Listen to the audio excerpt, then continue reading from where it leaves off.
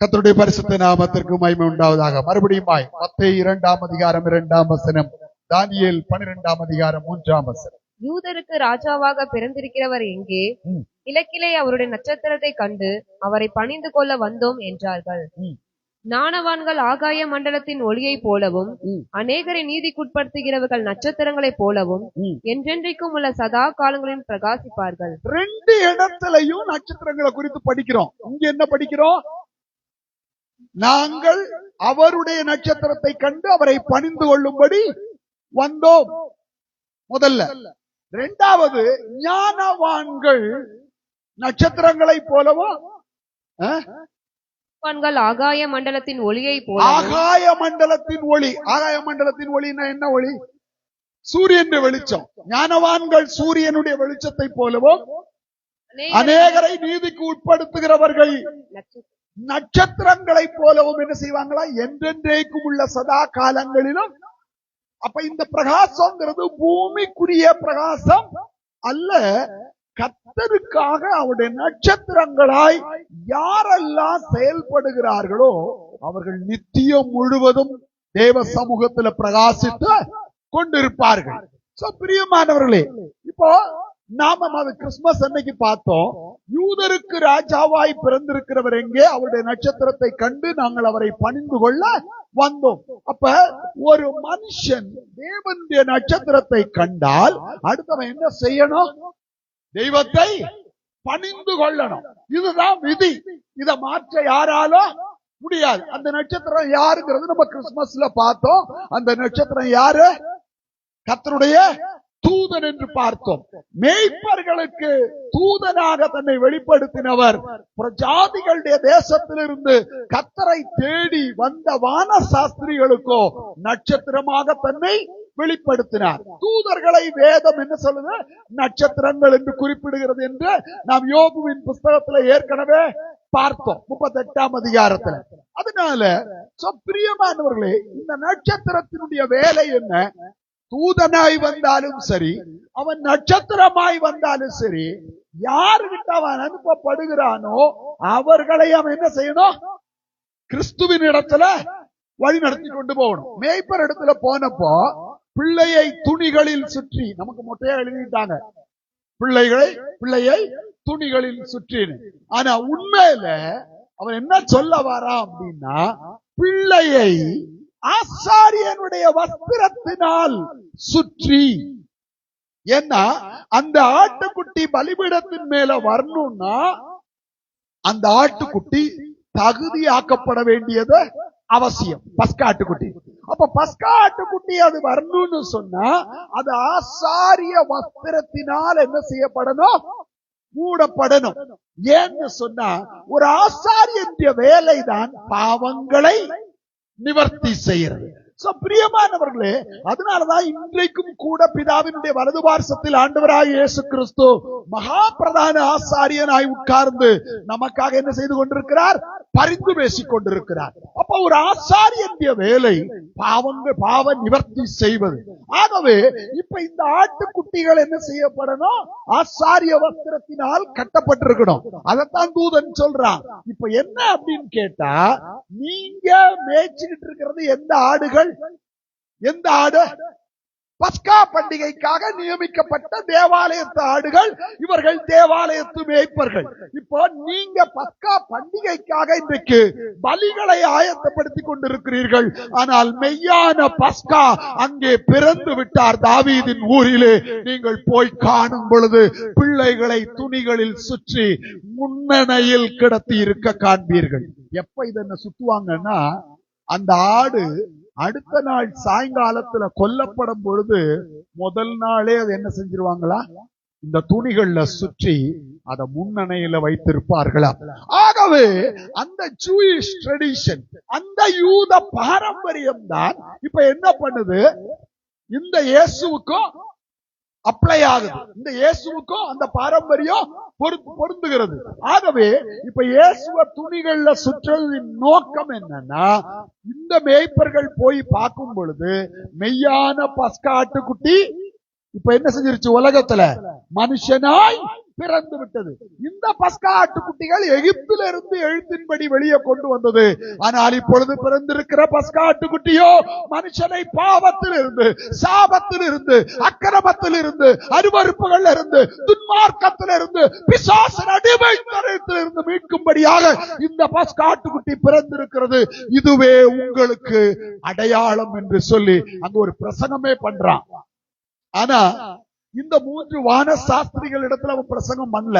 ஏன்னா அந்த மேய்ப்பர்கள் தேவாலயத்து மேய்ப்பர்கள், அவர்களுக்கு சத்தியம் தெரியும், யூத பாரம்பரியம் தெரியும், அவங்க எந்த ஆட்டுக்குட்டியை மேய்க்கிறாங்கன்னு தெரியும், இந்த ஆட்டுக்குட்டி எல்லாம் என்னவாக போகிறது என்பதும் அவர்களுக்கு தெரியும். ஆகவே அவர்களிடத்துல சத்தியம் பேசுறான். ஆனா அதே தூதன் இந்த 3 வான சாஸ்திரிகளுக்கு வானத்தின் அடையாளமாக மட்டுமே இருந்தான். ஏன்னா எந்த நட்சத்திரமும் வந்து நிக்காது. ஒரு நட்சத்திரம் இருந்ததுன்னா, ஒண்ணு நட்சத்திரங்கள் நட்சத்திரங்கள் தங்களுடைய ஸ்தானத்துல தான் நிக்குமே ஒழிய மூவ் ஆகாது. வால் நட்சத்திரம்ங்கிறது அது அப்படியே மூவ் ஆகி போயிடுமே ஒழிய ஒரு இடத்துல வந்து நிக்க போறது இல்ல. உடனே அதுக்கு விஞ்ஞானபூர்வமாய் 3 கோள் ஒன்னா சேர்ந்தது. அவங்க வந்து பாக்குற வரைக்கும் அங்க இருந்தது. பட் பைபிள் சேஸ், அதனாலதான் நம்ம வெளிப்படுத்தல் 1:1 வாசிச்சோம். மறுபடியும் வாசிப்போம். வெளிப்படுத்தல் 1:1. சீக்கிரத்தில் சம்பவிக்க வேண்டியவைகளை தம்முடைய ஊழியக்காரருக்கு காண்பிக்கும் பொருட்டு தேவன் இயேசு கிறிஸ்துவுக்கு ஒப்புவித்ததும், இவர் தம்முடைய தூதனை அனுப்பி தம்முடைய ஊழியக்காரனாக யோவானுக்கு வெளிப்படுத்தினதுமான விசேஷம். தேவ திட்டத்தை, தேவ சித்தத்தை, தேவ நோக்கத்தை, தேவனுடைய வார்த்தையை, தேவ சத்தியத்தை எங்க போய் அறிவிக்கணும்? யோவானுக்கு அறிவிக்கணும். இதுதான் இயேசு கிறிஸ்துவினுடைய தூதனுடைய வேலை. அதே மாதிரி 22 வாசிச்சோம். 22:16 வெளிப்படுத்தல் 22:16. சபைகளில் இவைகளை உங்களுக்கு சாட்சியாக அறிவிக்கும்படி இயேசுவாகிய நான் என் தூதனை அனுப்பினேன். நான் தாவீதின் வேரும் சந்ததியும் பிரகாசமுள்ள விடிவெளி நட்சத்திரமாய் இருக்கிறேன் என்றார். நான் என் தூதனை சாட்சியா அனுப்பினேன் அப்படின்னு சொல்லிட்டு சொல்றாரு. நான் தாவீதின் வேரும் சந்ததியும் பிரகாசமுள்ள விடிவெள்ளி நட்சத்திரமுமாயிருக்கிறேன் என்று அவர் சொல்கிறார். பிரியமானவர்களே, தெய்வம் தன்னுடைய வேலையை, தன்னுடைய சித்தத்தை, தன்னுடைய ரகசியங்களை அறிவிக்கிறதற்கு தன்னுடைய தூதனை தெய்வம் என்ன செய்யறாரு? பயன்படுத்துகிறார் என்று நாம் வேதத்திலே பார்க்கிறோம். அப்ப தெய்வத்தினுடைய தூதனுடைய வேலை என்னன்னா, தெய்வத்தை மற்றவர்களுக்கு அறிவிப்பதுதான் அவனுடைய வேலை. பிரியமானவர்களே, பிரியமானவர்களே, அப்ப ஒண்ணு நம்ம தெளிவா தெரிஞ்சுக்கணும். கர்த்தர் தன்னுடைய தூதனை அனுப்பி தன்னை குறித்த காரியங்களை, பழைய ஏற்பாட்டுல ஆபிரகாம் இடத்துல வந்தது யார்? தூதன். யாக்கோபோடு போராடினது யார்? தூதன். மனோவா கிட்ட வந்தது யார்? கிதியோன் இடத்துல வந்தது யார்? கர்த்தருடைய தூதன். தெய்வம் தன்னுடைய காரியத்தை கொண்டு போய் அவர்களுக்கு அறிவிக்கவும், அவர்களை பலப்படுத்தவும், அவர்களுக்கு சகாயம் செய்யவும், அவர்களை கொண்டு தன்னுடைய நோக்கத்தை நிறைவேற்றவும் தன்னுடைய தூதனை அனுப்புகிறார். இப்ப அவன் என்ன பண்ணிட்டான்? இந்த வான சாஸ்திரிகளுக்கு தெய்வத்தை பத்தி தெரியாது. அவன் பிரசங்கம் எல்லாம் பண்ணல. அவன் நட்சத்திரமாய் தேவ பிரகாசத்தை காண்பிச்சுட்டு வந்து எங்க அந்த நட்சத்திரம் நிக்குது? பெத்லகேம்ல இயேசு எங்கே இருக்கிறாரோ அந்த இடத்துல வந்து அந்த நட்சத்திரம் நிக்குது. சரி, இயேசு அந்த பிறந்த இடத்துல இந்த நட்சத்திரம் வந்து நிக்கும் போது நீங்க நினைக்கிறீங்களா இயேசு பிறந்த அடுத்த நாளே இந்த நட்சத்திரம் வந்துருச்சுன்னு? இல்ல. அது எத்தனை நாள் கழிச்சு வந்ததுன்னு நமக்கு தெரியாது. வேதம் அதை சொல்லல. ஆனா இயேசு வைக்கப்பட்டிருந்த வீட்டின் மேல் அந்த நட்சத்திரம் வந்து என்ன செஞ்சிருச்சு? நின்றுச்சு. அவ்வளவுதான். இப்போ அந்த நட்சத்திரம் எதற்காக அனுப்பப்பட்டது?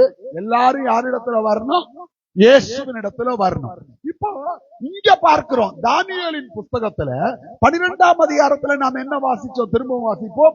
ஞானவான்கள் ஆகாய மண்டலத்தின் ஒளியை போலவும். ஞானவான்கள் ஆகாய மண்டலத்தின் ஒளி. இங்க ஒரு கூட்டத்தார பத்தி சொல்லும் பொழுது இங்கிலீஷ்ல wise shall shine as the brightest brightness of the firmament. They that turn many to righteousness as the stars forever and ever. பிரியமானவர்களே, இப்போ இங்கே ஒரு நட்சத்திரம் அல்ல, நட்சத்திரங்களை குறித்து சொல்லி இருக்கு. இந்த நட்சத்திரங்கள் யார்? சபைதான். இந்த உலகத்துல, இந்த இருள் நிறைந்த உலகத்துல கிறிஸ்துவினுடைய நட்சத்திரம். சபைன்னு எடுத்துக்கிட்டா ஒரு நட்சத்திரம். ஆனா சபையில இது ஒரு நட்சத்திரம், இது ஒரு நட்சத்திரம், இது ஒரு நட்சத்திரம், இது ஒரு நட்சத்திரம். நட்சத்திரத்துக்கு இங்கிலீஷ்ல என்ன? இதெல்லாம் ஸ்டார். நம்ம யார ஸ்டாருங்கிறோம் சொல்லுங்க? உலகத்துல சினிமாவில நடிக்கிறவன பொறுக்கியும் தருதலையும் நம்ம ஸ்டாருங்கிறோம். ஆனா பைபிள் என்ன சொல்லுது? Search is the star. அநேகரை நீதிக்கு உட்படுத்துறது. நீதி யாருகிட்ட இருக்கு? கர்த்தராகிய இயேசு கிறிஸ்துவின் இடத்துல. அதனாலதான் 1 கொரிந்தியர் 1ஆம் அதிகாரம் 31ஆம் வசனத்தில் விதமாய் வாசிக்கிறோம். 1 கொரிந்தியர் 1:31. அவரே தேவனால் நமக்கு ஞானமும் நீதியும் பரிசுத்தமும் மீட்புமானார். Who is our righteousness? நம்முடைய நீதி யார்? கர்த்தராகிய இயேசு கிறிஸ்து. அப்ப அநேகரை நீதிக்கு உட்படுத்துறதுன்னா என்ன அர்த்தம்? ஒரு பாவத்துல கிடக்கிற ஆத்துமாவை, அழிவுல கிடக்கிற ஆத்துமாவை, துன்மார்க்கத்துல கிடக்கிற ஆத்துமாவை எங்க கொண்டு வரணும்? நீதியாகிய இயேசுக்குள்ள கொண்டு வரணும். அதனாலதான் 2 கொரிந்தியர் 5ஆம் அதிகாரம் 17ஆம் வசனத்துல விதமாய் வாசிக்கிறோம். 2 கொரிந்தியர் இப்படி இருக்க ஒருவன் கிறிஸ்துவுக்குள் இருந்தால், இப்ப நான் ஒரு பாவிய என்ன செய்யறேன்? எங்க கொண்டு வர்றேன்? நீதிக்கு உட்படுத்துறேன். நீதி யாரு? கிறிஸ்து, இயேசு கிறிஸ்து. அப்ப நான் நீதிக்கு உட்படுத்துறேன்னா, இயேசுவை அறியாத ஒரு பாவிய இயேசுவின் இடத்துல கொண்டு வந்து, அவன் துன்மார்க்கனா இருக்கலாம், அவன் அருவருப்பானவனா இருக்கலாம், அவன் திருடனா இருக்கலாம், அவன் கொலகாரனா இருக்கலாம், அவன் எவ்வளவு மோசமானவனா இருக்கலாம், நான் அவனை யாருகிட்ட கொண்டு வர்றேன்? இயேசுவின் இடத்துல. எப்போ ஒருத்தன் இயேசுவின் இடத்துல வர்றானோ, தெய்வம் சொல்றாரு, என்னிடத்தில் வருகிற ஒருவனையும் நான் புறம்பே தள்ளுவதில்லை. இப்ப நானும் இயேசுவிட்ட வரேன், நான் கூட ஒரு ஆளை என்ன செய்யறேன்? இயேசுவின் இடத்துல கூட்டிட்டு வரேன். அப்போ அவன் எவ்வளவு துன்மார்க்கனா இருந்தாலும் இயேசு அவனை ஏற்றுக்கொள்ளும் பொழுது, இயேசுவின் ரத்தத்தினால் அவன் கழுவப்படும் பொழுது, அவன் எங்க வரா? கிறிஸ்துவுக்குள்.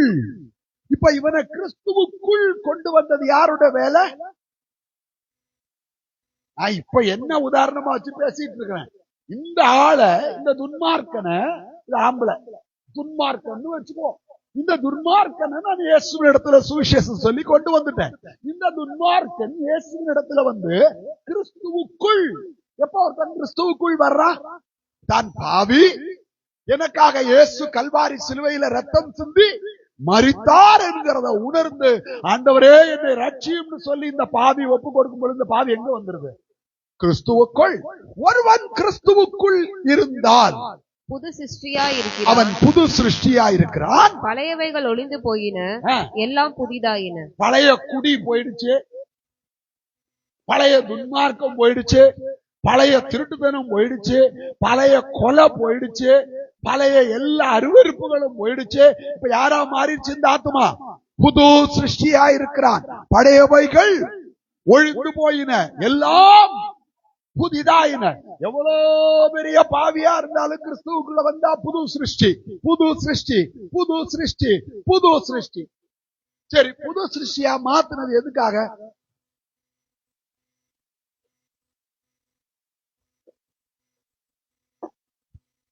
அப்படி நடக்கிறதுக்காக. நீ புது சிருஷ்டியா மாறிட்ட. உன்ன மாதிரி அழிவுல இருக்கிற எத்தனையோ பேர புது சிருஷ்டியா மாத்துறதுக்காகத்தான் கர்த்தர் உன்னை தெரிந்தெடுத்திருக்கிறார். ரட்சிக்கப்பட்ட ஒவ்வொரு தேவ பிள்ளைக்கும் ஒரு பெரிய வேலையை கர்த்தர் வச்சிருக்கிறார். நீங்கள் பாவத்துல கிடக்கிற ஆத்மாவை என்ன செய்யணும்? கிறிஸ்துவுக்குள்ள கொண்டு வரணும். எத்தனை வருஷம் இருந்தாலும் நம்ம அதை செய்யறதே இல்ல. ஆனா தெய்வம் கணக்கு கேட்பாரு. தெய்வம் நம்ம இடத்துல கணக்கு கேட்பார். சோ பிரியமானவர்களே, அநேகரை நீதிக்கு உட்படுத்துகிறவர்கள். நீ நீதிமானா மாற்றப்பட்டிருக்கிற. ரோமன் 3:24 என்ன படிக்கிறோம்? ரோமன்ஸ் 3:24. இலவசமாய் அவருடைய கிருபையினாலே கிறிஸ்து இயேசுவில் உள்ள மீட்பை கொண்டு நீதிமான்களாக்கப்படுகிறார்கள். கிறிஸ்து இயேசுவில் உள்ள மீட்பை கொண்டு என்ன செய்யப்படுறாங்க? நீதிமான்களாக்கப்படுறாங்க. இப்ப நீ கிறிஸ்துவின் கிருபையை அனுபவிச்சீன்னா இந்த கிருபையை நீ பக்கத்துல இருக்கிற ஆளுக்கு என்ன செய்யணும்? கொண்டு போகணும். அப்ப இந்த நீ பெற்ற கிருபைக்கு சாட்சியா வாழ்ந்தாதான் நீ என்ன செய்ய முடியும்? கிருபையை அடுத்த வீட்டுக்கு கொண்டு போக முடியும். நீ கிருபைய பெற்றுட்டு திரும்ப சாக்கடைக்குள்ள இருந்தீங்கன்னா பக்கத்து வீட்டுக்காரன் கிறிஸ்துவின் இடத்துல வர முடியாது. நம்மை குறித்து ஒரு நல்ல சாட்சி இருக்கணும் சமுதாயத்தில். ஒருவன் கிறிஸ்துவுக்குள் இருந்தால் பழையவைகள் ஒரு புதிய அனுபவத்தை, ஒரு புதிய ஆசீர்வாதத்தை, ஒரு புதிய மாற்றத்தை, புதிய கிருபைய something is there. அவங்க கிட்ட என்னமோ ஒண்ணு இருக்கு, அது என்னன்னு தெரியல. I need that. எனக்கு அது வேண்டும். ஒரு ஆவிக்குரிய மனுஷனுடைய வாழ்க்கை அடுத்தவனை நம்மளை உத்து பார்க்க வைக்கணும். எப்படி? இஷ்டத்துக்கு காதுல கழுத்துல எல்லாம் மாட்டிக்கிட்டு அந்த உத்து பார்க்கறதா இல்லங்க. என்கிட்ட இல்லாத ஏதோ ஒண்ணு, என்கிட்ட காசு இருக்கு, என்கிட்ட படிப்பு இருக்கு, என்கிட்ட பதவி இருக்கு, என்கிட்ட அந்தஸ்து இருக்கு, என்கிட்ட எல்லாம் இருக்கு, ஆனா என்கிட்ட ஏதோ something is missing. ஆனா அங்க படிப்பு இல்ல, பெரிய பணம் இல்ல, பதவி இல்ல, எந்த மேன்மையும் இல்ல, பட் something is there. ஏதோ அங்க அவங்க கிட்ட என்கிட்ட இல்லாத ஒரு விசேஷம் இருக்கு. பிரியமானவர்களே, நம்மை தேடி அவர்கள் என்ன செய்யணும்? வரணும். வரணும். நம்மளை பார்த்து முகம் சுளிக்கிறது இல்ல. நம்மளை பார்த்து ஒரு நாள் நான் ஃபாரின் போனப்ப நான் கொஞ்ச நாளாவே இந்த தெரு நாய்க்கு சாப்பாடு போட்டுட்டு உட்கார்ந்துட்டு இருக்கேன். நீ வெட்டி வேலை வெட்டி இல்லாதவன் தயா செய்வ அப்படின்னு திட்டினாலும் திட்டுவீங்க. ஸோ எனக்கு அது ரெகுலரா என் வீட்டை விட்டு போல ஒரு 6-7 நாய்க்கு சாப்பாடு போட்டுட்டு இருக்கேன். அப்ப நான் ஃபாரின் போகணும். நான் ஃபாரின் போறப்ப நான் சொல்லிட்டு வந்தேன், இந்த மாதிரி எங்க வீட்டுல இருந்து ஒரு பொண்ணு வரும், ஏன்னா என் பேரை சொல்லும், அதுகிட்ட நீங்க இதே மாதிரி எல்லாம் கொடுத்துருங்க, காசு கொடுத்துருவோம் அப்படின்னு சொல்லிட்டு போயிட்டு அவங்க சரின்னு நான் ஃபாரின் போயிட்டு வந்துட்டு திரும்ப அடுத்த முறை கடைக்கு போனேன். ஏன் சார் அந்த பொண்ணை போய் அனுப்பிச்சிங்க? அந்த பொண்ணுக்கு உங்களுக்கு என்ன சார்? எங்க சர்ச்சுக்கு வர்ற பொண்ணு. ஐயோ அது பெரிய தலைவலி பிடிச்ச கேஸ் சார். இந்த கறி போடாத, அந்த கறி போடாத, இது லொட்ட, அது சொட்ட, நான் கொடுக்கறதுல எல்லாத்தையும் குறை சொல்லும், என்ன அளவு சரியில்லைங்க, இது அப்படி இருக்குங்க, அது இப்படி. தயவு செஞ்சு அந்த பொண்ணை அனுப்பாதீங்க சார். எப்படி நம்மளை குறிச்சு சாட்சி? யோசிச்சு பாருங்க. தயவு செஞ்சு அந்த பொண்ணை வேணாம் சார், அதுகிட்ட பேசி மாற முடியாது சார், வேலை பிஸியா பண்ணிட்டு போது என்ன போட்டு மோகடிச்சு எரிச்சல் வரும் சார் எல்லாரும் அந்த பொண்ணு பேசுறத கேட்டா. எப்படி சாட்சி? நம்மளை பார்த்து ஒருத்தர் தெரிச்சு ஓடுறான்னா நம்ம சாட்சி எந்த லெவல்ல இருக்குன்னு நம்ம பார்த்துக்கணும். பிரியமானவர்களே, நம்மளை பார்த்தா ஒரு ஆளுக்கு நம்ம கிட்ட வரணும்னு தோணணும். இது நம்மளை பார்த்தா ஐயோ சாவுகராக்கி வருதுடா சாமியோ, கண்ணில் படாம என்ன செஞ்சிடலாம், மறைஞ்சு போயிடலாம். நோ, இல்ல. நீ கிறிஸ்துவ பிரதிபலிக்கணும், நீ கிறிஸ்துவ வெளிப்படுத்தணும். நீ ரட்சிக்கப்பட்டது தேவனுடைய நன்மைகளையும் ஈவுகளையும் அநேகருக்கு கொண்டு செல்லுகிற பாத்திரமா இருக்கும்படிக்கு. இன்னைக்கு நம்முடைய ஜீவியம் எப்படி இருக்கு? வருஷ கடைசியில வந்திருக்கிறோம். அநேகரை நீதிக்கு உட்படுத்துகிறவர்கள். நம்ம யாரை நீதிக்கு உட்படுத்திட்டு இருக்கிறோம்? நம்மோடு கூட இருக்கிற மனுஷரை நீதிக்கு உட்படுத்துகிறோமா? நம்ம சந்திக்கிற மனுஷரை நீதிக்கு உட்படுத்துகிறோமா? கிறிஸ்துவின் இடத்துல கொண்டு வர்றோமா? They must be able to see something new. என்கிட்ட ஏதோ ஒரு புதுமை அவங்க என்ன செய்யணும்? பார்க்கணும். நீங்க தேவனுக்குள்ள இருந்தீங்கன்னா, நீங்க தேவ சமூகத்துல இருந்தீங்கன்னா, உங்ககிட்ட இருந்து தெய்வத்தினுடைய ஏதோ ஒன்று அவர்கள் என்ன செய்யும்? That is nothing but grace. நம்ம கிட்ட இருந்து வெளிப்படுறது என்னது? தேவனுடைய அவ்வளவுதான். அந்த கிருபையை எக்ஸ்பிளைன் எல்லாம் அவங்களால பண்ண முடியாது. ஏதோ அவங்க கிட்ட என்ன இழுக்குதுங்க. அவங்கள பார்க்கணும், அவங்க கிட்ட பேசணும். அவங்க கிட்ட பேசினா எனக்கு ஒரு ஆறுதல். இந்த வார்த்தை ஒவ்வொரு தேவ பிள்ளையின் குறிச்சும் வரணும். அவங்கதான் அநேகரை நீதிக்க உட்படுத்துகிறவர்கள். நீங்க தெருவுல நடந்தா இந்த போதுவார் தருதல அப்படின்னு சொல்லக்கூடாது. இன்னும் இல்லைன்னா இது பாரு தரித்திரம், இது கையில பைபிளை பிடிச்சுக்கிட்டு போற தரித்திரம். யாரு? நம்மளை பார்த்து 4 பேர் இல்ல. அவங்க கிட்ட ஒரு நிமிஷம் பேச, ஒரு நிமிஷம் நிக்கிறீங்க. பிரியமானவர்களே, இயேசுவ கண்ட பத்திரளான ஜனங்கள் என்ன செஞ்சாங்க? நம்ம இயேசுவா இல்லாட்டா கூட இயேசு கிட்ட இருக்கிற கிருபை நம்ம கிட்ட இருந்ததுன்னா திரளா வர வேண்டாங்க. ஒரு ஆளு நம்ம பின்னாடி வருஷத்துல வந்துச்சுன்னா சபையில நம்மளோட சேர்த்து இன்னொரு ஆத்மா வரும். 40 பேருக்கு பின்னாடி 40 பேர் வந்தா சபையில எத்தனை ஆத்மா வரும்? 80. 50 பேருக்கு பின்னாடி 50 ஆத்மா வந்தா சபையில எத்தனை பேர் வரும்? இங்கிலாந்து தேசத்துல ஒரு மனுஷன் இருந்தா 16 வயசுல செத்து போயிட்டான். அவன் மனுஷன் சொல்லக்கூடாது, பையன் சொல்லணும். 12 வயசுல அவன் ஜெபிக்க ஆரம்பிச்சான். இங்கிலாந்துல ஸ்காட்லாந்தை எனக்கு தாரும், இல்லாவிட்டால் என்னை கொன்று போடு. 16 வயசுல செத்து போயிட்டான். ஆனா அவன் 16 வயசுக்குள்ள ஆயிரக்கணக்கான பேரை கிறிஸ்துவுக்குள் வழி நடத்தினான். அவன் ஸ்காட்லாந்த தாருன்னது பூமியை கேட்கல, ஸ்காட்லாந்துல இருக்கிற ஆத்துமாக்களை தாரும். 16 வயசு பையனுக்கு அப்படிப்பட்ட ஒரு வைராக்கியம் எங்க இருந்து வந்திருக்கோம்? காரணம் கிறிஸ்து அவனுக்குள் இருந்தபடியினால். பிதாவே, நீர் எனக்கு தந்த இவர்கள் ஒருவரையும் நான் இழந்த போகல. கேட்டின் மகன் கெட்டு போனா வேறு ஒருவரையும் நான் இழந்து போகல. பிரியமானவர்களே, நீங்கள் உண்மையாக ரட்சிப்பை பெற்று தேவ நீதியில நிற்பீங்கன்னா உங்க இருதயத்துல ஆத்தும பாரத்தை கர்த்தர் தருவார். நீங்க வாட்டுக்கு வந்துட்டு வந்தோம், சபையில இருந்தோம், 2 புரணி பேசணும், எப்படி இருக்கீங்கன்னு விசாரிச்சோம், ஏதோ டீய குடிச்சோம், போனோம். அதுக்காக இல்ல சபைக்கு வர்றது. இங்க வரும்போது கிருபையை பெற்றுக்கொள்ளணும். நட்சத்திரம் இன்னும் பிரகாசிக்கணும். கிருபை எவ்வளவு பெருகுதோ அவ்வளவு நட்சத்திரம் பிரகாசித்துக் கொண்டிருக்கும். பிரியமானவர்களே, அதுக்குதான் ஆராதனை, அதுக்குதான் அபிஷேகம், அதுக்குதான் தேவனுடைய ஆவியின் நிறைவு. தெய்வ சமூகத்துல வந்துட்டு நீங்க போகும்போது இங்க வந்து சார்ஜ் போட்டுட்டு போறதுக்கு அர்த்தம். வீட்டுல உட்கார்ந்து ஆன்லைன்ல கேட்டா சார்ஜ் ஆகாது. போன்ல இருக்க சார்ஜ் தான் போகும். நீங்க சார்ஜ் ஆக மாட்டீங்க. ஏதோ ஒரு நாள் சுகம் இல்லை, நீங்க வீட்டுல இருந்து கேட்கறீங்க, தவறு இல்லை. ஆனால் நிறைய பேருக்கு இது ஒரு சாக்கா மாறிடுச்சு. தேவ சமூகத்துக்கு வாங்க, கர்த்தரை ஆராதிங்க, ஆவியானவரோடு இடைபடட்டும். நான் கேட்கிறேன், நீங்க எல்லாம் ஆராதிச்சு இப்ப ஆன்லைன்ல வர்ற ஆட்கள் இருக்கு. ஆன்லைன்ல கட்சி வந்திருக்கிறியா? வீட்டுல இருந்துட்டு சரி விஸ்வானா ஆன்லைன்ல வந்திருக்குதா? ரைட். இங்க நீங்க ஆராதிக்கிற அந்த நிறைவை நீங்க ஆன்லைன்ல பெற்றுக்க முடியுமா? வேடிக்கை. அது நான் மட்டும்தான் தெரியும். என் மூஞ்ச வேணா பார்க்கலாம்.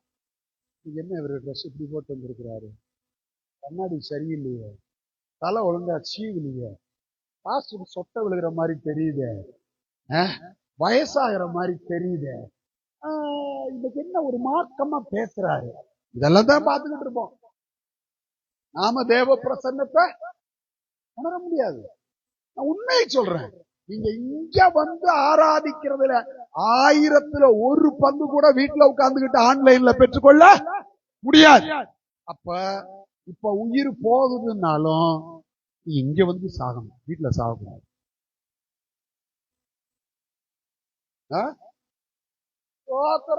துரத்துறமா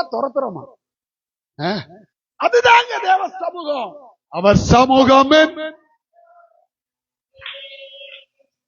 அது நிறைவாக சந்தோஷமே.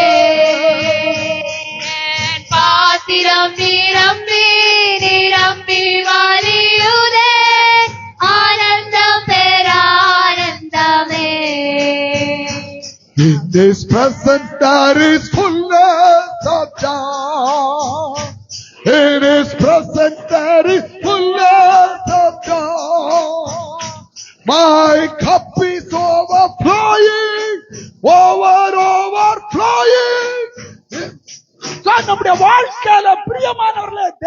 பார்த்துட்டு வரணும்ப்பா. அங்க இருந்து தெரியுமா செஞ்சுட்டு இருப்பாங்க, ஆன்லைன்ல ஆன் பண்ணி வச்சுட்டு in his presence there is fullness. என்னது அதை கொண்ட கிச்சன்ல வச்சுக்கிறது, நல்லா கறி வாடை சூப்பு போட்டுக்கிட்டு in his presence there is fullness of joy. In his presence there is fullness. இதெல்லாம் தான் நம்ம பண்றது, கிச்சன்ல நின்றுட்டு in his presence. இதை விட கூட பரவாயில்லைங்க, சிலர்லாம் ஆன்லைன்ல அட்டென்ட் பண்றது, கால் எடுத்து in his presence.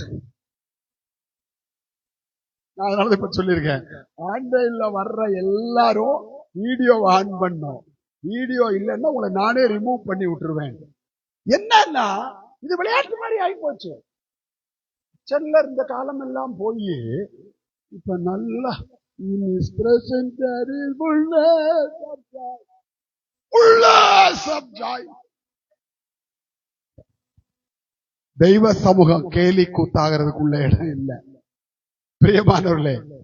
அது காலை ஜபமா இருக்கட்டும், எதுவா இருக்கு, காலை ஜபம் வேற வழி இல்ல, நம்ம இங்க வர முடியாது, ஆன்லைன்ல பண்றோம். பட் ஆராதனைங்கிறது தேவ சமூகம். ஏன்னா நட்சத்திரங்கள் பிரகாசிக்க செய்யறது தேவனுடைய வேலை. பரிசுத்தாவியானவர் இங்க ஒவ்வொரு ஞாயிற்றுக்கிழமையும் கூட்டி நம்மள என்ன செய்யறாரு, இந்த நட்சத்திரத்துல இருக்கிற தூசி குப்பையெல்லாம் அகற்றிட்டு கிருபையை தர்றாரு, அபிஷேகத்தை தர்றாரு, வார்த்தையை தர்றாரு, வெளிப்பாட்டை தர்றாரு, ஆவிக்குரிய பலனை தர்றாரு, ஆலோசனையை தர்றாரு, வழிநடத்துதலை தர்றாரு, நம்பிக்கையை தர்றாரு, தைரியத்தை தர்றாரு. அதுக்குதான் தேவ சமூகத்துக்கு வர்றது. அப்ப இந்த நட்சத்திரங்கள் என்றென்றைக்கும் பிரகாசிக்கணும் அப்படின்னா இந்த நட்சத்திரங்கள் தேவ சமூகத்திலேயே இருக்க வேண்டியது அவசியம். வெறும் யூடியூப்ல போய் நட்சத்திரம் பிரகாசிக்கப்பட முடியாது, வேற வழியில. வெளிநாட்டுல இருக்கிறவங்க யூடியூப்ல பேஸ்புக்ல இதை கேட்கிறாங்க. பட் நமக்கு தேவன் இந்த கிருபையை தந்திருக்கிறார். இந்த வருஷத்துல 52 வாரம், 52 ஞாயிற்றுக்கிழமை, 52 ஞாயிற்றுக்கிழமையும் நான் வந்தேன்னு சொல்றவங்க கை தூக்குங்க பாப்போம். ஆல் த 52 வீக்ஸ் 52 லட்சம் வந்து எல்லா வாரம் இல்லையா வந்தீங்களா? வந்தியா வரலையா? என்னமா எங்க இருந்து கட்டடிச்சு போனியா? நீட் எக்ஸாம் கட்டடிச்சு போய் தேவ சமூகத்துக்கு வர்றது நம்மளை பலப்படுத்துறது. ஆசீர்வாதம் வீடு தேடி வராதுங்க, ஆசீர்வாதம் தேவ சமூகத்துலதான் பெற்றுக்கொள்ள முடியும். பிரியமானவர்களே, நான் படுக்கையில கால் நீட்டி 4 தலையணை வச்சு படுத்திருந்தா தெய்வம் என்னை ஆசீர்வதிக்க போறதில்லை. நான் செத்தவனை போல அவருடைய பாதத்துல விழும் பொழுது அவருடைய கை என்னை தொட்டு தூக்கினது. இதோ மரித்தேன், சதா காலங்களிலும் நான் உயிரோடு இருக்கிறேன். பிரியமான தெய்வ ஜனமே, நம்மை பிரகாசிக்க செய்கிற ஒரு தேவனுடைய கரத்துல நீங்களும் நானும் நட்சத்திரங்களா இருக்கணும். யோசிச்சு பாருங்க, என்கிட்ட கிருபை இருக்கு, என்கிட்ட இயேசுவின் ரத்தம் இருக்கு, என்கிட்ட தேவனுடைய வார்த்தை இருக்கு, என்கிட்ட பரிசுத்த ஆவியின் அபிஷேகம் இருக்கு. இப்ப நான் ஒரு ஆளை ரட்சிப்புக்குள்ள வழி நடத்தும் பொழுது இந்த கிருபை எனக்குள்ளே இருக்கிறது இல்லை. ஏன்னா இந்த கிருபை நான் தேவ சமூகத்துக்கு வந்து வந்து ஒவ்வொரு ஞாயிற்றுக்கிழமையும் என்னுடைய பாத்திரம் என்ன செய்யுது, என் பாத்திரம் நிரம்பி நிரம்பி வழியுது. அப்ப ஏன் பாத்திரம் நிரம்பி வழியும் பொழுது இந்த பாத்திரத்தை நான் என்ன செய்யறேன், நிறைக்கிறவருக்கு நான் காரணமாய் மாறுகிறேன். யோசிச்சு பாருங்களேன், அந்த தீர்க்கதரிசியுடைய மனைவி கடங்காரி, கடனை கட்ட நிர்வாகம் இல்ல, 2 ஆம்பளை பிள்ளை, தீர்க்கதரிசி செத்து போயிட்டான். இப்ப என்ன சொல்றா, எலிசா கிட்ட வந்து என் ஆண்டவன் செத்து போனான். இப்ப கடங்கார என்ன பண்றான், 2 பிள்ளையும் அடிமையாய் கொண்டு போறதுக்கு. ஏன் உன் பிள்ளை அடிமையா போகுது, ஏன் உன் பிள்ளை அழிவுக்கு நேராய் போகுது? நீ அடுத்த பாத்திரத்தை நிரப்ப வேண்டிய ஆளு. நீ தீர்க்கதரிசியுடைய மனைவி, நீ சாதாரண ஒரு மனுஷனுடைய மனைவி அல்ல. தீர்க்கதரிசியுடைய அபிஷேகம் யார் மேல இருக்க, தீர்க்கதரிசியுடைய மனைவியின் மேல. ஊழியக்காரனுடைய அபிஷேகம் யார் மேல இருக்க, ஊழியக்காரனுடைய மனைவியின் மேல. அதனாலதான் ஊழியக்காரர்கள் மேலும் ஊழியக்காரிகள் மேலும் அபிஷேகம் தெய்வம் ஒருத்தருக்கு மட்டும் கொடுக்கல, எல்லாருக்கும். உங்க வீட்டுல எடுத்துட்டாங்க, இந்த ஆளுக்கு தெய்வம் அபிஷேகத்தை கொடுத்தால் இந்த பாத்திரம் நிரம்பி வழிஞ்சா இங்க இருந்து நிரம்பி வழியறது எங்க போகும், எஸ்டர்ட்ட போகும். நம்ம நினைக்கிறவன் சின்ன பிள்ளை, கர்த்தருக்கு சின்ன பிள்ளைகளை கூட மாற்றக்கூடிய வல்லமைய அபிஷேகமும் கர்த்தரிடத்துல. சின்ன சாமுவேல், பால்குடி மறந்த சாமுவேல், கர்த்தர் பெரிய பெரிய ரகசியங்கள் அவங்கிட்ட பேசுறாரு. தெய்வ ஜனமே, உங்ககிட்ட இருக்கிற கிருபை சாதாரணமா நினைச்சிடாதீங்க. உங்க பக்கத்து வீட்டு பாத்திரத்தை நிரப்பும். இப்ப தீர்க்கதரிசி என்ன சொல்றாரு? அவனுடைய தீர்க்கதரிசியின் புத்திரரில் ஒருவனுடைய மனைவியை பார்த்து, நீ உன்கிட்ட என்ன இருக்குன்னு கேட்கிறாரு. அவ என்ன சொல்றா? எண்ணெய் இருக்கிறது. என்ன இருக்குதுன்னு கேட்டப்போ அவ சொன்னா, எண்ணெய், ஒரு குடம் எண்ணெய். தெய்வம் உன்னை தனியா விடல. தெய்வம் உன்னை ஒரு கூட அபிஷேகத்தோட வச்சிருக்கிறாரு. நீ ஒண்ணுமே இல்லைன்னு நினைக்கிற. உன்கிட்ட கிருபை இருக்கு, உன்கிட்ட வார்த்தை இருக்கு, உன்கிட்ட வல்லமை இருக்கு, உன்கிட்ட இயேசுவின் நாமம் இருக்கு, உன்கிட்ட ஞானம் இருக்கு, உன்கிட்ட பலன் இருக்கு, உன்கிட்ட வெளிப்பாடு இருக்கு. கர்த்தர் உன்னை தனியா விடல. நீ பர்சு பெருசா இருந்தா எல்லாம் இருக்குன்னு நினைக்கிற. இந்த பர்ஸே இல்லைன்னாலும் கிருபை உன்னோடு கூட இருக்கிறது. மரியாள் ஏழைதான். ஆனா தூதன் வந்து என்ன சொல்றான்? கிருபை பெற்றவளே. அவ்வளவுதான், முடிஞ்சு போச்சு. இந்த காசு பணம் எல்லாம் குப்பங்க, இது இல்லாம போயிடும். ஆனா கிருபையை இல்லாமலாக்க யாராலும் முடியாது. அது பரலோகத்திலிருந்து வந்தது. அப்ப இந்த பாத்திரம் என்ன செய்யணும்? இந்த பாத்திரம் முதல்ல வெறுமையா இருக்க கூடாது. இந்த பாத்திரம் நிரம்பி வழியணும். என் பாத்திரம் நிரம்பி நிரம்பி வழியுதே.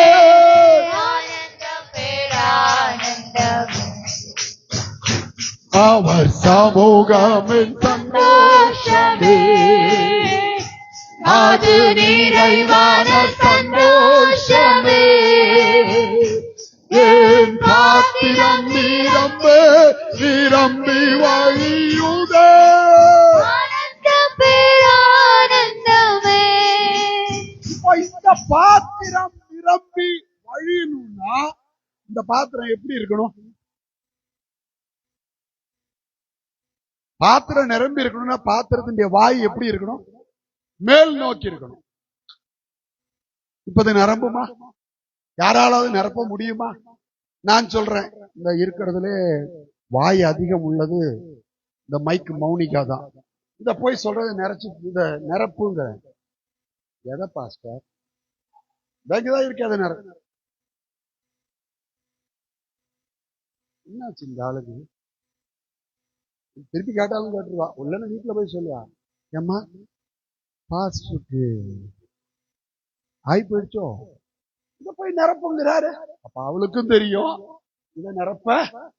ஆனா இதை என்ன செய்ய முடியும்? இதுல ஒரு 50 ml தண்ணி அல்ல ஒரு 30 ml தண்ணி என்ன செய்ய முடியும்? நிரப்ப முடியும். அது 30 நிரம்புதான் 300 லிட்டர் நிரம்புதாங்கிறதல்ல. இந்த பாத்திரம் மேல் நோக்கி தெய்வத்தை நோக்கி இருக்கிறதா இல்லைன்னா பூமியை நோக்கிட்டு? நீங்க எதை நோக்கி இருக்கிறீங்க?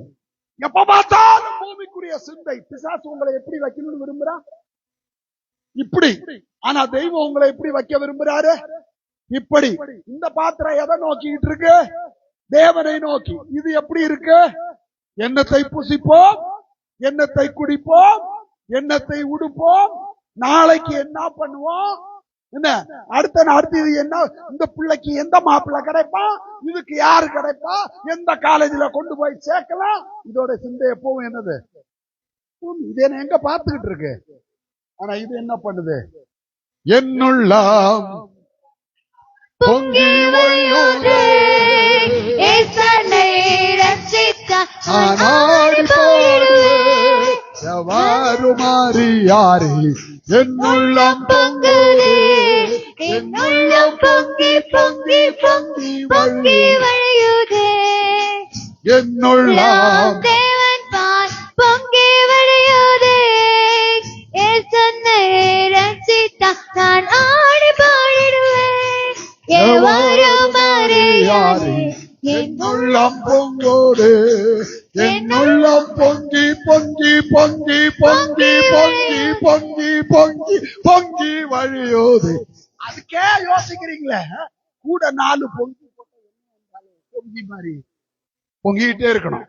என் பாத்திரம் நிரம்பி வழிந்து கொண்டே இருக்குது. நீங்க ஜபத்துல நிரம்பி வழியணும், அபிஷேகத்துல நிரம்பி வழியணும், வார்த்தையை தியானிக்கிறதுல நிரம்பி வழியணும், கிருபையில வழியணும், பலத்துல வழியணும், தேவனுடைய வெளிப்பாட்டுல நிரம்பி வழிந்து கொண்டிருக்கணும். உங்க வீட்டை தேடி ஆள் என்ன செய்யும் வரும். இப்ப தீர்க்கதரிசியுடைய மனைவி என்ன செஞ்சானா, ஒண்ணு சொன்னா, நீங்க நிரம்பி வழியணும்னா இப்படி லைவ் போட்டுக்கிட்டு பொங்கி பொங்கி பொங்கி பொங்கி பொங்கி பொங்கி பொங்கி வழியுது லைவ்ல போடாத. நீ வீட்டுக்குள்ள போ, கதவை என்ன பண்ண, தாளிட்டுக்கொள், உன் பிள்ளைகளை மட்டும் பக்கத்து வீட்டுக்கு அனுப்பு, பாத்திரங்களை வாங்கிட்டு வர சொல்லு. முன்னாடி வழியா வர வேண்டாம், அவன் சைட்ல வந்து எல்லாம் வைக்கட்டும், கதவை சாத்திக்கோ, உன் பாத்திரத்துல இருக்கிறத என்ன செய்ய, ஊற்று, ஊற்றிக்கிட்டே இரு, ஊற்றிக்கொண்டே இரு, ஊற்றிக்கொண்டே இரு. உன்கிட்ட இருக்கிறத ஊற்று, உன் இருதயத்தை ஊற்று, உன் கிருபைய ஊற்று, உன் ஜெபத்தை ஊற்று, உன்னுடைய வல்லமைய ஊற்று, உன்னுடைய ஸ்தோத்திரத்தை ஊற்று.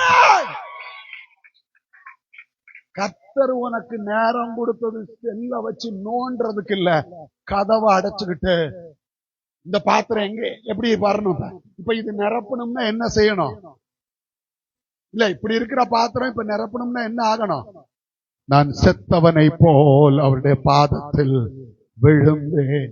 ஆண்டவர் பாதத்துல விழு, கண்ணீரை ஊற்று. அன்னாள் கண்ணீர் விட்டா, அவ கண்ணீர் வீணா போகல, அவருடைய கண்ணீரை யாரும் தொடச்சு போட முடியல. அது கர்த்தருடைய துருத்திக்கு போச்சு, அது அவருடைய கணக்குல வைக்கப்பட்டது. சில வருஷம் கழிச்சு திரும்பி வாரா, ஏலிகிட்ட சொல்றா, இந்த சின்ன பிள்ளைக்காகத்தான் அன்றைக்கு நான் என்ன செஞ்சேன், தேவ சமூகத்துல விண்ணப்பம் பண்ணினேன். பிரியமான தெய்வ ஜனமே, தெய்வம் நம்மளை வெட்கப்படுத்துறவர் இல்ல. உங்களுடைய பாத்திரம் தேவ சமூகத்துல ஊற்றப்படணும்.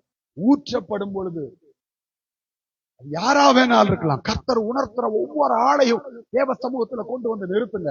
அபிஷேகம் ஊற்றப்படட்டும், கிருபை ஊற்றப்படட்டும். அவர்கள் நீங்க இங்க ஜெபிச்சா, ஒருவேளை அந்த ஆள் சென்னையில இருக்கும், இங்க முழங்கால் போட்டு கண்ணீர் சிந்தினால் அங்கே அந்த பாத்திரம் கிருபையை பெறும், அந்த பாத்திரம் விடுதலையை பெறும், அந்த பாத்திரம் ஜெயத்தை பெறும், அந்த பாத்திரத்தில் அற்புதங்கள் நடக்கும். காட்டூர்ல நீ உட்கார்ந்து ஊத்துனீன்னா திருத்தங்கல்ல அற்புதம் நடக்கும், நடக்கும். நம்முடைய தெய்வம் அற்புதங்களை செய்கிற தெய்வம். தெய்வம் ஒன்ன நிறைச்சிருக்கிறது, நீ ஊற்று. நீ அப்படியே இருக்காத, எந்த ஒண்ணு அதுல அப்படியே இருந்தா, எவ்வளவு நல்ல தண்ணியா இருந்தா இதுல ஊற்றி வச்சா கொஞ்ச நாள் கழிச்சு என்ன ஆகும், கெட்டு போயிரும். ஆனா அதை ஊற்றிக்கிட்டே இருங்க, இது நிரப்பப்பட்டு கொண்டே இருக்கும். எதுவும் கெடாது, இதுவும் கெடாது, இதுல இருந்து ஊற்றப்படுறதும் கெடாது. அவன் சொல்றான், இனி பாத்திரம் இல்லை என்று சொல்ற வரைக்கும் நீ என்ன செய்ய, ஊத்திக்கிட்டே இருக்கு. அவன் ஊத்திக்கிட்டே இருக்கிறான், நிரம்பிக்கிட்டே இருக்கு. தன் பிள்ளைகளை பார்த்து சொல்றா, இன்னும் பாத்திரம் வாங்கிட்டு வாங்க, இன்னும் இனி பாத்திரம் பானையில என்ன நின்று போயிடுச்சு. என்ன நின்று போச்சுன்னா, பானை எம்டி ஆகல, பானையில் இருக்கிற எண்ணெய் வரல. பானைக்குள்ள எண்ணெய் இருக்கு, ஆனா பானை என்ன ஆயிடுச்சு, எண்ணெய் கீழே விழுகல. கர்த்தர் கைய வச்சுட்டார், போதும். இனிமே இருக்கிற கிருபை உனக்கு, இனிமே இருக்கிற கிருபை உன் பிள்ளைகளுக்கு, இனிமே இருக்கிற கிருபை உன் சந்ததிக்கு, இனிமே இருக்கிற கிருபை உன்னுடைய எதிர்காலத்துக்கு.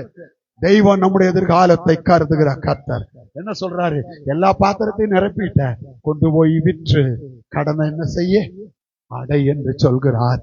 தெய்வம் ஆசீர்வதிக்கிற கர்த்தர். ஆனா எப்படி ஆசீர்வாதம் வருது, நீ ஊற்றப்படுவாயே ஆனால், நீ அநேகரை நிரப்புவாயே ஆனால், நீ அநேகரை நீதிக்கு உட்படுத்துவாயே ஆனால், நீ அநேகருக்கு நன்மையை கொண்டு வருவாயே ஆனால், நீ அநேகருக்கு கிருபை கடந்து வருகிறதற்கு காரணமாயிருப்பாயே ஆனால். தெய்வம் உன்னை எங்க கொண்டு வைக்க விரும்புறாரா? வாசிங்க மறுபடியும் 12 தானியேல் 12:3. ஞானவான்கள் ஆகாய மண்டலத்தின் ஒளியை போலவும், மைக்ல வாசிங்க, இது கேட்காது. ஞானவான்கள் ஆகாய மண்டலத்தின் ஒளியை போலவும், அநேகரை நீதிக்குட்படுத்துகிறவர்கள் நட்சத்திரங்களை போலவும். ஒரு ஆளை நீதிக்கு உட்படுத்துறது இல்ல, உங்களை என்ன எப்படி அழைச்சிருக்கிறாரு, அநேகர். பிரியமான தெய்வ ஜனமே, இதுவரைக்கும் நம்ம கர்த்தருக்காக ஒண்ணுமே செய்யல. அட்லீஸ்ட் இந்த வருஷ கடைசியில ஒரு தீர்மானம் எடுப்போம், எல்லாரும் முழங்கால் போடுவோம். என்ன தெய்வம் அழைச்சது, வேறு பிரிச்சது, அபிஷேகித்தது, எனக்கு கிருபையை தந்தது. அநேகரை, சத்தமா சொல்லுங்க, அநேகரை சத்தமா சொல்லுங்க, நீதிக்கு உட்படுத்தும்படியாக. நான் நிரம்பினா பத்தாது, நான் எல்லா பாத்திரத்தையும் என்ன செய்யணும்? நிரப்பணும். என் கைக்கு எட்டினது எல்லாத்தையும் என்ன செய்யணும்? நிரப்பணும். எல்லா பாத்திரத்தையும் நிரப்பணும். நிரப்புறவனாய். ஏன் பாஸ்டர் வயிற்றுச்சலை கிளப்பிட்டு நாங்களே காஞ்சி கருவாடா எவனாவது வந்து 4 காசு போடுவானான்னு பிச்சை பாத்திரமா இருக்கிறோம். தெய்வம் உங்களை பிச்சை பாத்திரமா அழைச்சிருக்கிறாரா? சொல்லுங்க. அப்ப தெய்வம் பிச்சைக்காரனா? என்ன தெய்வம்? அவர் எல்லாவற்றையும் எல்லாவற்றாலும் நிரப்புகிறவர். நம்முடைய தெய்வம் நிரப்புகிறவர். இந்த வருஷ கடைசியில அவர் நிரப்புகிறவராய் கடந்து வருகிறார். நிரப்புகிறவராய் அவர் நம்முடைய மத்தியில வந்திருக்கிறார்.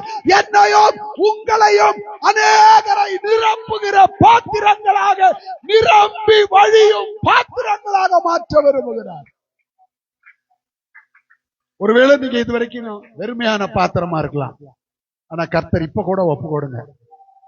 வெறுமையான பாத்திரம் நான் வெறுத்து தள்ளாமலே நிரம்பி வழியும் பாத்திரமா விளங்க செய்திடுவே. வேதத்தில் காணும் பாத்திரமெல்லாம் இயேசுவை போற்றிடுதே.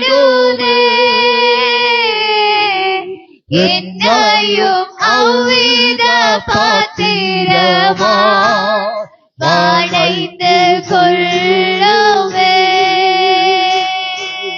என்னையும் அவ்வித பாத்திரமா அடைந்து கொள்ளுவே. கூயவனே கூறியவனே படைப்பின் காரணனே களிமண்ணான என்னையுமே கண்ணோக்கி பார்த்திடுவே.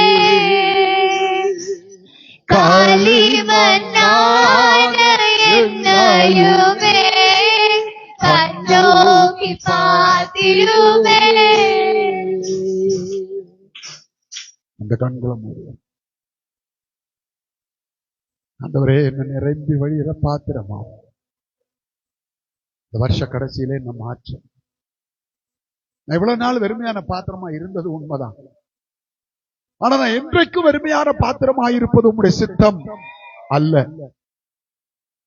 நான் நிரம்பி வழிகிற பாத்திரமாய், அநேகரை நிரப்புகிற பாத்திரமாய், எல்லாவற்றாலும் எல்லாவற்றையும் எல்லாவற்றாலும் நிரப்புகிறவருடைய நிறைவாகிய பாத்திரமாய். விசுவாசத்துல வாய தரங்க. என்ன நம்மள போய் எங்க ஆண்டவர் நிரப்ப போறாரு? அது பிசாசு சொல்றது. எல்லாவற்றையும் எல்லாவற்றாலும் நிரப்புகிறவருடைய நிறைவாகிய பாத்திரம் நான். ஹல்லேலூயா. என்ன நிரம்பி வழிகிற பாத்திரமாய் மாற்றுங்க. என்ன நிரம்பி வழிகிற பாத்திரமாய் மாற்றுங்க. என்ன நிரம்பி வழிகிற பாத்திரமாய் மாற்றுங்க. என்ன நிரம்பி வழிகிற பாத்திரமாய் மாற்றும். Jesus.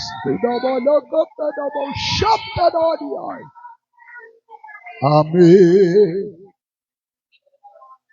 ஒருவேளை நீங்க கிருபையை நஷ்டப்படுத்தி இருக்கலாம், அபிஷேகத்தை இழந்திருக்கலாம். ஆனா வசனம் சொல்லுது, எல்லாவற்றையும் எல்லாவற்றாலும் நிரப்புகிறவருடைய நிறைவாகிய சரீரமாகிய சபை. சபையை தெய்வம் நேசிக்கிறார். தேவ பிள்ளையே, நீயும் நானும் தான் சபை. இந்த கட்டடம் சபை கிடையாது. இது சபை கட்டிடம் அல்லது சபை கூடி வருகிற இடம். நீங்களும் நானும் தான் சபை. அவர் நிரப்புகிறவர். அவர் நிரப்புகிறவர், நிறைவை கட்டளையிடுகிறவர்.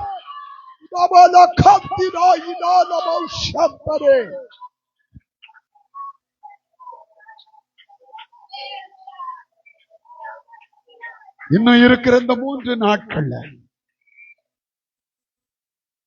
என்ன நிரப்புங்க, என்ன நிரப்புங்க. நீர் பெருமையா விடுறவர் அல்ல.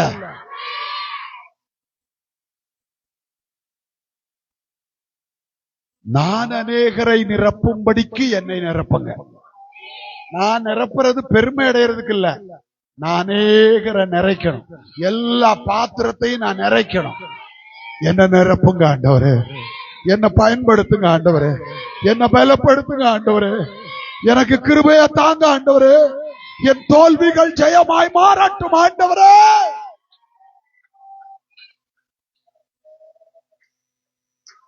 கிருபையும் இரக்கமுள்ள எங்களுடைய நல்ல பிதாவே, இந்த காலை வேளைக்காய் ஸ்தோத்திரம்.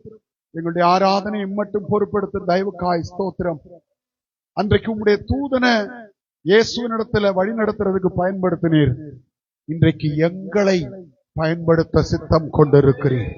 அநேகரை நீதிக்கு உட்படுத்துகிற நட்சத்திரங்களாக கிறிஸ்துவின் சரீரமாகிய சபையை நீர் பயன்படுத்த சித்தம் கொண்டிருக்கிறீர். சத்துரு எங்க வாழ்க்கையில வெறுமையை கொண்டு வந்தாலும் எல்லாவற்றாலும் நிரப்புகிறவருடைய நிறைவாகிய சரீரமாகிய சபை என்று சொன்னீரே. நீர் நிரப்புகிறவர், சத்துரு வெறுமையாக்குகிறவன். நீர் நிரப்புகிறவர், சத்துரு நஷ்டத்தை கொண்டு வருகிறவன். நீர் எங்களுக்கு மேன்மையை கட்டளையிடுகிறவர். இந்த வருஷத்தினுடைய கடைசி நாட்கள்ல உம்முடைய பாதத்தில் இருந்து அநேக கிருபைகளை பெற்றுக்கொண்டு நிரம்பி வழிகிற பாத்திரங்களாய் நாங்கள் புதிய வருடத்துல பிரவேசிக்க எங்களுக்கு எல்லாருக்கும் கிருபை தாரும். எங்கள் எல்லாரையும் தாழ்த்தி உம்முடைய கரத்துல ஒப்புவிக்கிறோம். இன்று மாலையும் நாளையும் மறுநாளும் நடக்க போகிற சுத்திகரிப்பு கூட்டங்களை பொறுப்பெடுங்க. பெரிய காரியங்களை செய்து எல்லா பாத்திரங்களும் நிரப்புகிற பாத்திரங்களாய் கர்த்தர் மாற்றி நீர் ஆசீர்வதிக்கும்படியாய் ஜெபிக்கிறோம். உம்முடைய கிருபையுள்ள கரங்களில் ஒப்பு கொடுக்கிறோம். துதி கன மகிமை நீர் எடுத்துக்கொள்ளும். இயேசுவின் நாமத்தில் பிதாவே. என் ஆத்துமாவே கர்த்தரை ஸ்தோத்தரி, என் முழு உள்ளமே அவருடைய பரிசுத்த நாமத்தை ஸ்தோத்தரி. என் ஆத்துமாவே கர்த்தரை ஸ்தோத்தரி, அவர் செய்த சகல உபகாரங்களையும் மறவாதே. ஆமென். நம்முடைய கர்த்தராகிய இயேசு கிறிஸ்துவின் கிருபையும் பிதாவாகிய தேவனுடைய அன்பும் பரிசுத்த ஆவியானவருடைய ஐக்கியமும் பாதுகாவலும் நாம் அனைவரோடும் சகல பரிசுத்தவான்களோடும் கர்த்தருடைய வருகை பரியந்தம் இருப்பதாக.